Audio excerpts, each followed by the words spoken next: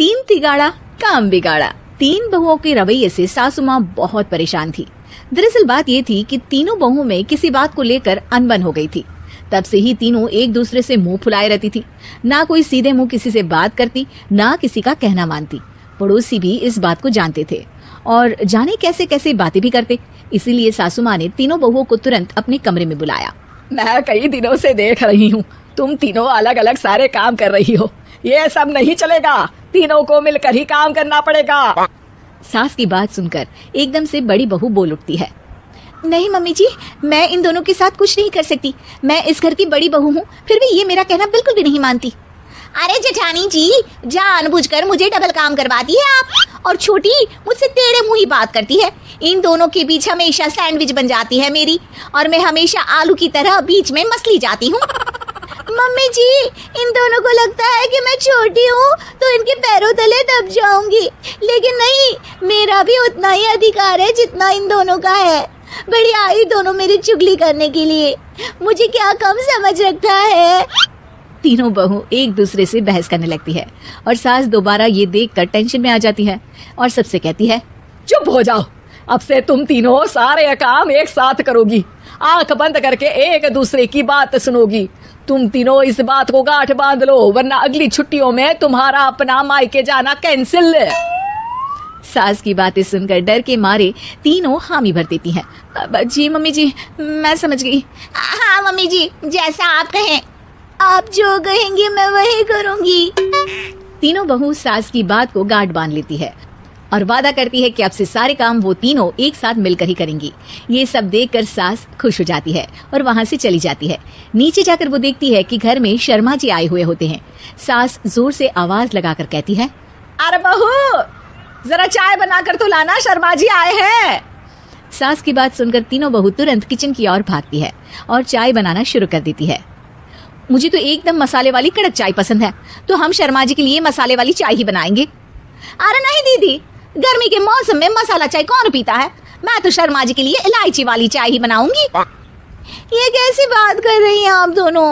मेरी मम्मी ने सिखाया है कि मेहमान को ज्यादा दूध और शक्कर वाली चाय देनी चाहिए, वरना वो घर वालों को कंजूस समझते हैं। तो मैं तो शर्मा जी को ऐसी ही चाय दूंगी। तीनों बहुएं अपने अपने तरीके से चाय में शक्कर, मसाला, पत्ती सब डाल देती है। उबलने के बाद तीनों मिलकर चाय बाहर लेकर जाती है और शर्मा जी और सासू माँ को देती हैं। चाय पीने के बाद शर्मा जी सासू माँ को देखकर शर्मा जाते हैं और शर्मिंदा महसूस करते हैं कि आखिर उन्होंने चाय पीने के लिए हामी क्यों भरी। सासू माँ भी चाय पीना शुरू करती है और कहती हैं, अरे बहू, ये कैसी चाय बनाई है? चाय है या मीठे दूध की बासुंदी? हाँ, चाय अच्छी नहीं लगी क्या? कोई बात नहीं, हम पराठा बनाकर लाते हैं। चलो चलो अंदर। हाँ चलो। हाँ, आती हूँ मैं भी। नहीं, मेरा पेट चाय ने ही चौपट कर दिया, वही काफी है। पराठे से पोपट नहीं करवाना, मैं तो चलता हूँ। शर्मा जी चुपचाप पतली गली से निकल जाते हैं। अगले दिन सास बहुओं से कहती है, अरे बहू, जाओ जाके ऊपर के गेस्ट हाउस की सफाई कर दो। कल हमारे यहाँ मेरे दूर के रिश्तेदार आने वाले हैं, तो पूरे कमरे को चमका देना, समझी? तीनों बहू सास की बात को मानकर ऊपर सफाई करने चली जाती हैं और तीनों कमरे की सफाई चालू कर देती है।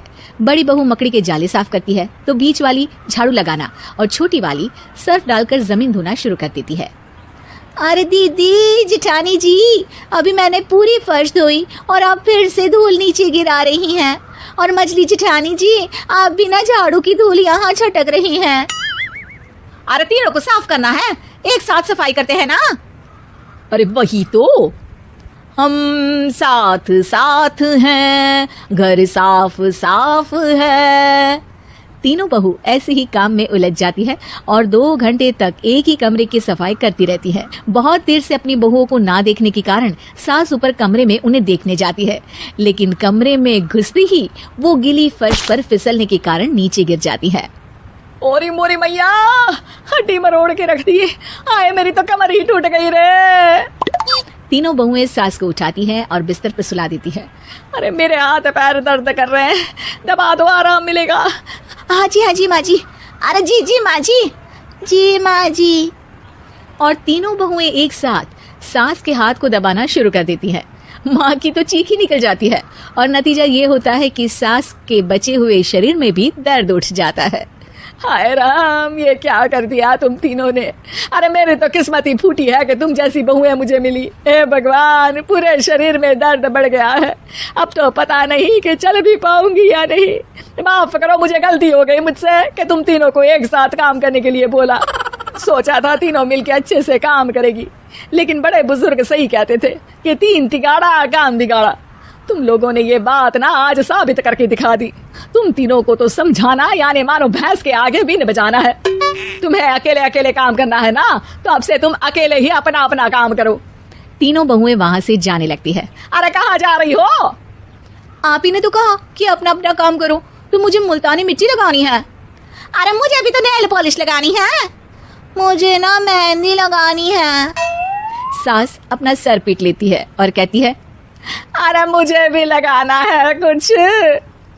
क्या माँ जी? क्या माँ जी? क्या माँ जी? तुम्हारे घर वालों को फोन तुम्हारी हरकतें बताने के लिए।